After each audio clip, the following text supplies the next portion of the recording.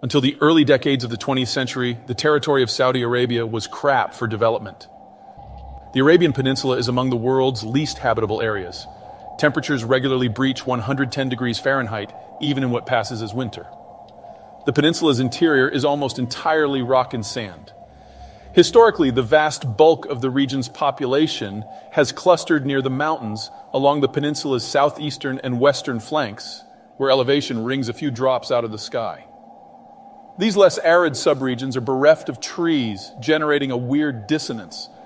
The nearly contained nature of the Persian Gulf makes it a sailor's delight, but the lack of trees anywhere on the peninsula grants the locals zero capacity for developing naval cultures. Any outsiders who can reach the Gulf can dictate most terms to most of the locals.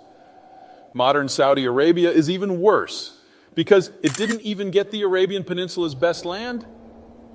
The greenest lands in the region, on the peninsula's southern flanks, were chunked together into Oman, an entity with centuries of expertise as a tradeway station, and Yemen, an entity with centuries of expertise as a failed state. Most of the Persian Gulf ports were carved out first for the British Empire and then granted to local loyalist tribes in the 1970s, becoming the United Arab Emirates, Qatar, and Kuwait. The only non-useless bit of land that eventually made it into the modern Saudi kingdom is the thin western mountain fringe of the Hejaz, where a handful of oases serve as the region's historical hub and home to the holy cities of Islam, Mecca and Medina.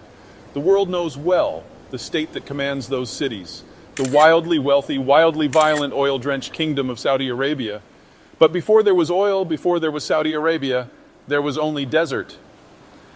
Until a little over a century ago, the royal family in Arabia wasn't the House of Saud, but instead the Hashemites, an Arab clan that could trace its lineage back to the family of the Prophet Muhammad himself.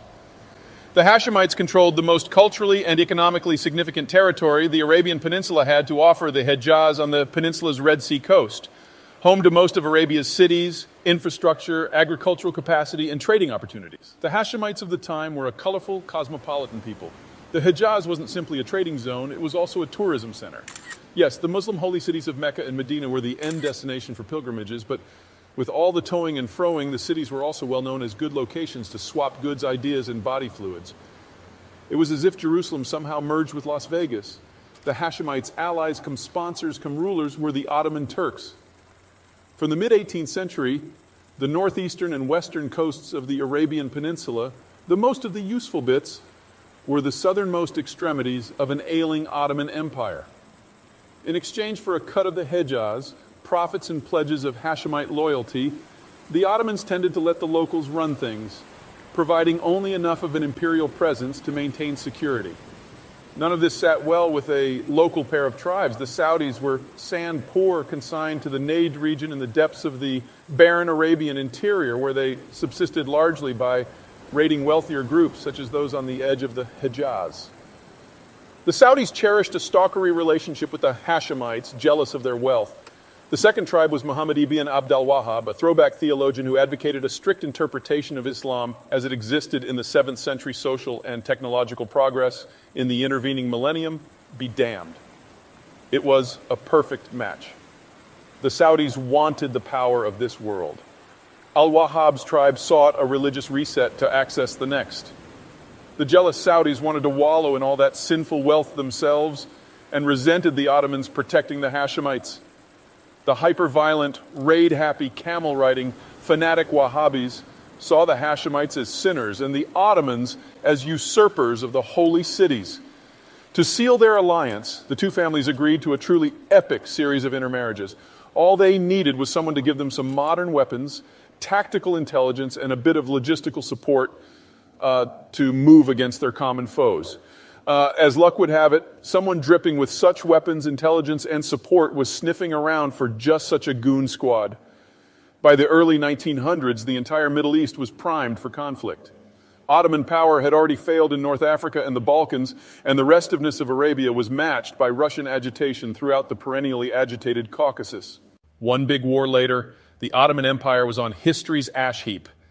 The British left Arabia as quickly as they had arrived, but not before dismissively anointing their local allies the commanders of some of, even by Arabian standards, the world's most useless territories. The tribal Saudis immediately rebranded themselves the ruling house of Saud, while their in-laws, the Wahhabis, gained control of the Muslim world's Vatican City. Modern Saudi Arabia emerged from the Ottoman Empire's wreckage in 1932, and 6 years later, some Americans poking around in the new kingdom of Saudi Arabia discovered oil. The result was a country that hasn't exactly restored anyone's faith in humanity.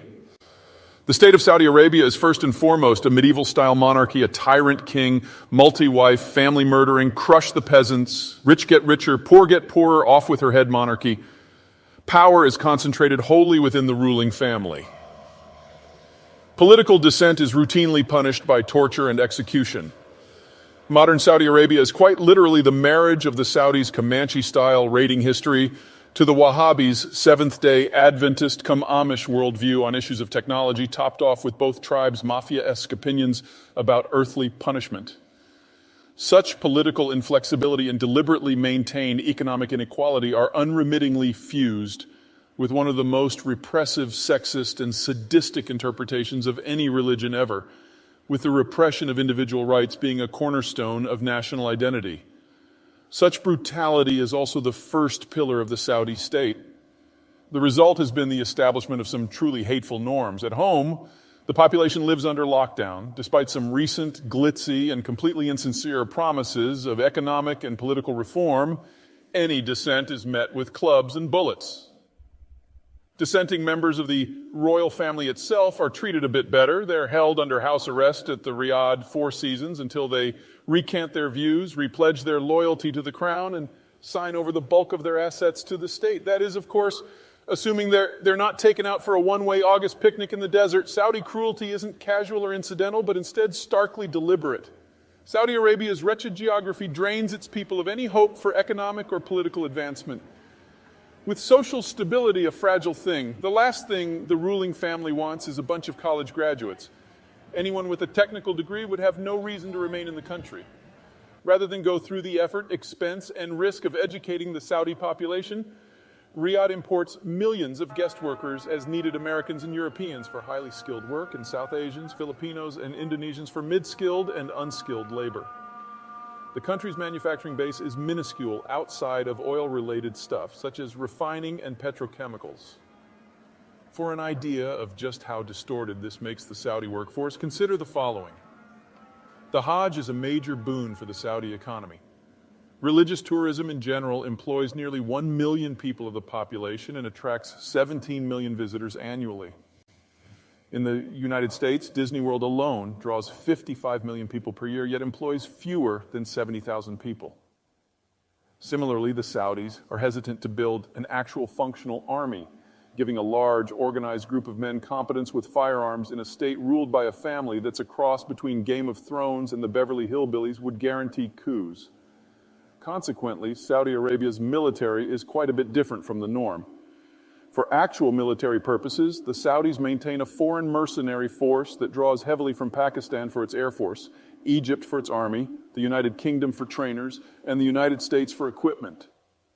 This model has two problems. First, the foreigners are as hyper-competent as the Saudi rank and file below them are incompetent. The military has no skill depth. Second, it is unclear that the foreigners would fight for Saudi Arabia when the rubber hits the road. Pakistan, Egypt, and the United Kingdom have all taken sharp issue with recent Saudi policy toward Yemen, Qatar, Iraq, Syria, Egypt, and Iran, while the Americans are looking for excuses to burn their maps of the entire region.